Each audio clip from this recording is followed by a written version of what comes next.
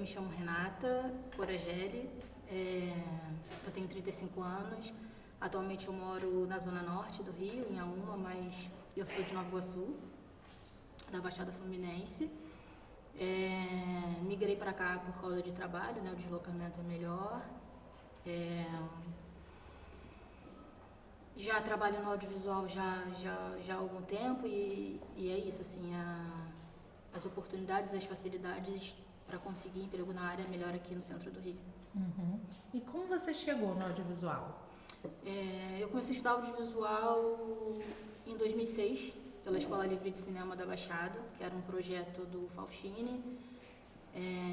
Ele montou alguns projetos relacionados à arte, então a gente tinha Escola Livre de Cinema, tinha Escola Livre de DJ, Escola Livre de Música. E aí também era dividido por módulos, dentro de alguns desses módulos tinham animação, então fiz alguns desses projetos com ele nesse período, né? De 2006 até 2007. E aí depois eu interrompi, fiz uma pausa, né, nessa área. E dentro do audiovisual, assim, com o que você já trabalhou? Eu já fiz produção, dentro do audiovisual eu já fiz produção. Eu já fiz direção, eu já fiz som, mas a maior parte foi produção. E o que você mais gosta de fazer dentro do audiovisual? Eu gosto, dentro do audiovisual, eu gosto da área de edição. Eu gosto da área de direção.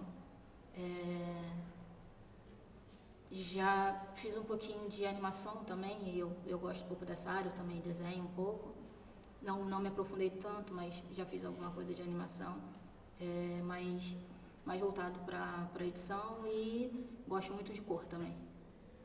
E você tem experiência trabalhando em produtoras ou você costuma trabalhar autonomamente?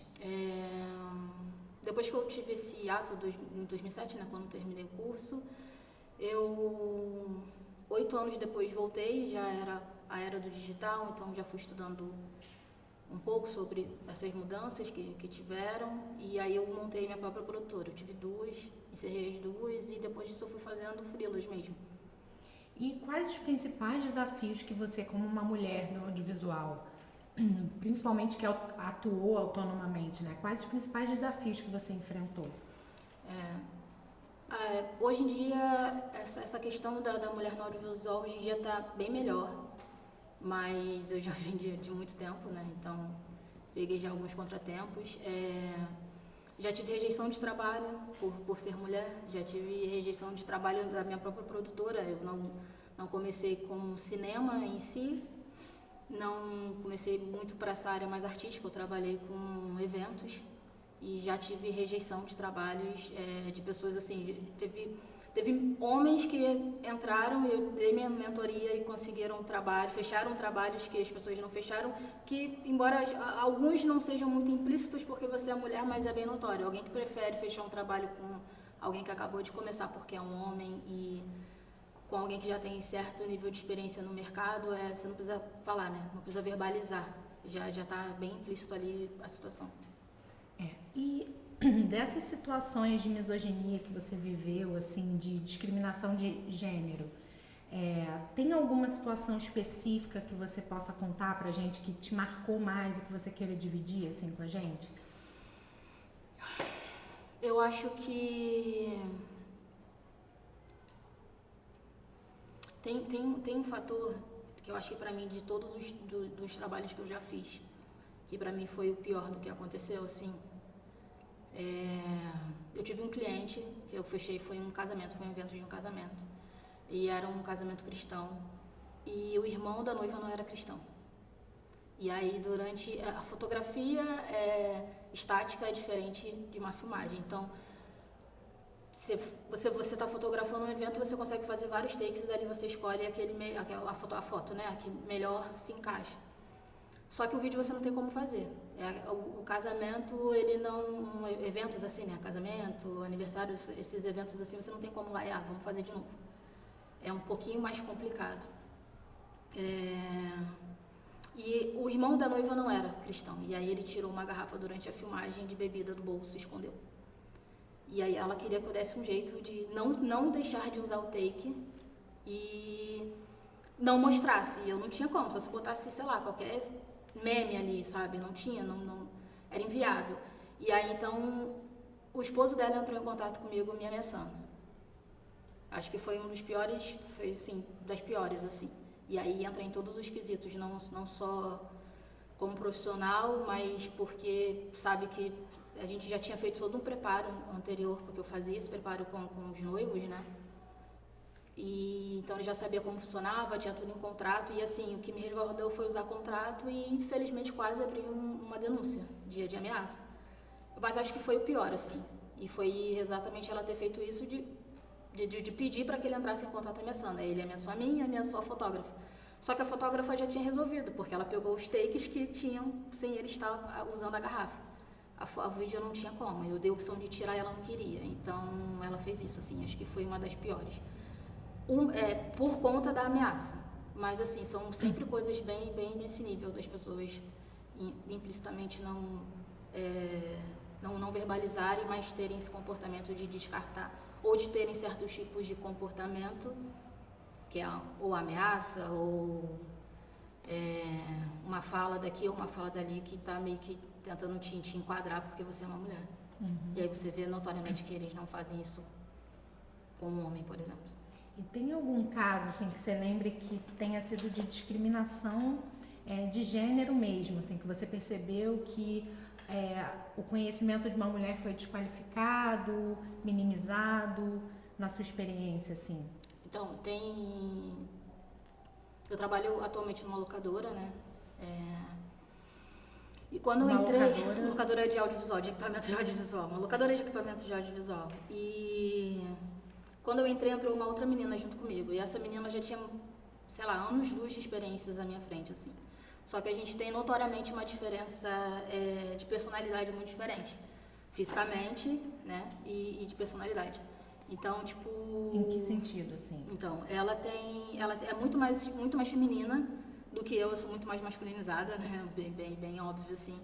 E já teve pessoas de não quererem ser atendidas por ela, porque achavam que ela não entendia e optarem por que eu atendesse, porque entenderam que por eu ser mais masculinizada eu teria algum entendimento maior, assim, foi bem confuso, mas é a mesma coisa, não é uma situação verbalizada, mas é uma situação implícita, sabe, em algumas atitudes, assim, ao ponto de, tipo, tá falando, tá vendo que eu estou pedindo ajuda dela porque eu não entendo, mas ainda assim ela responde e eu em teoria, né, assim, fui obrigada a repetir, porque, tipo, a pessoa tá, mas...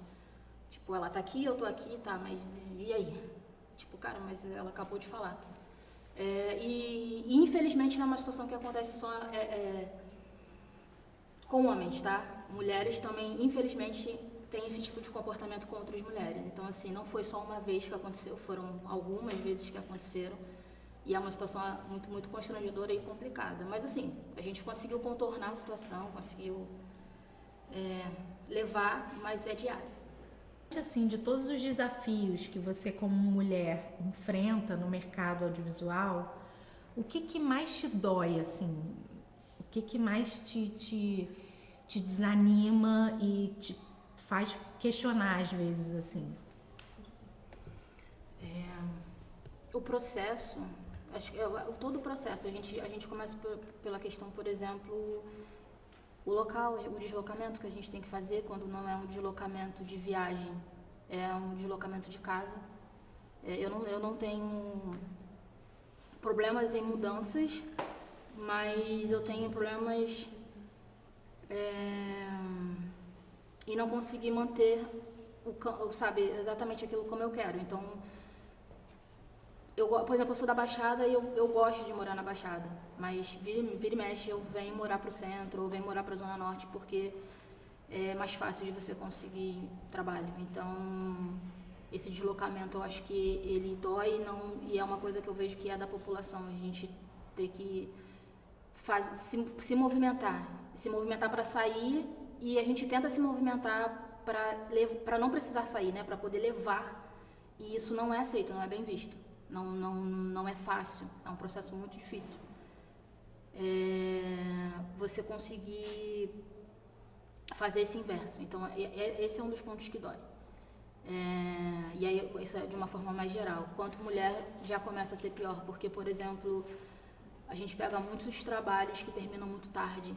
E o deslocamento para quem é mulher sozinha de noite é muito difícil.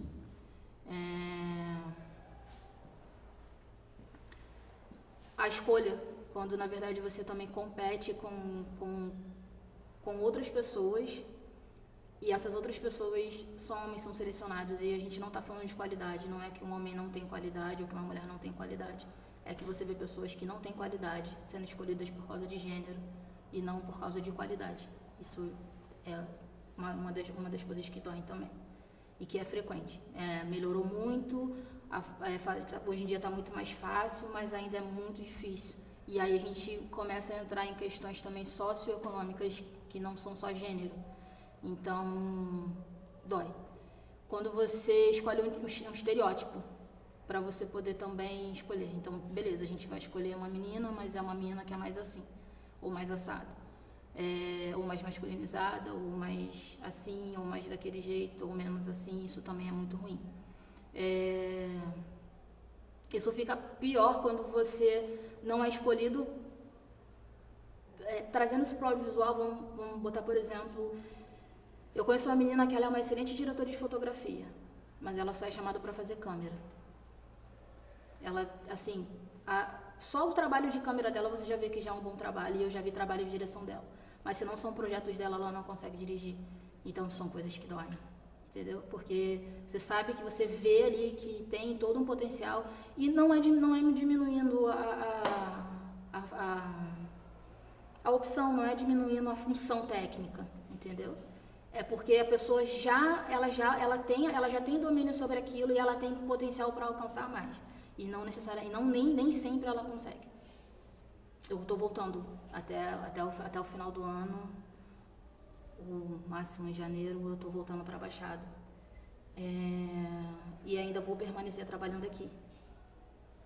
Eu acho que é pelo seguinte, eu já não sou mais tão nova para ter tanto esse vai e vem. E acho que a gente também alcança certos níveis de maturidade para tomar decisão e assumir as consequências dessas decisões. Então, por exemplo, eu hoje trabalho em Botafogo e saio meia-noite. Então, eu vou chegar em casa aqui 2 horas da manhã. Mas ainda, embora eu não trabalhe com audiovisual nesse momento, né? Esteja trabalhando numa locadora de equipamentos, mas não com audiovisual, diretamente. Mas é uma decisão, porque surgiram oportunidades de fazer projetos lá. E eu quero que a gente comece a decidir quebrar alguns parâmetros, alguns estereótipos, algumas regras e tentar fazer acontecer. Então a ideia é agora aproveitar. Uma pessoa uma vez me falou assim, cara, tudo bem, essa turma não é a sua turma, mas usufrua do que essa turma está te dando. Então, tipo, a minha turma hoje é o centro do Rio, o que o centro do Rio traz, e a intenção é usufruir disso e poder levar isso para a Baixada.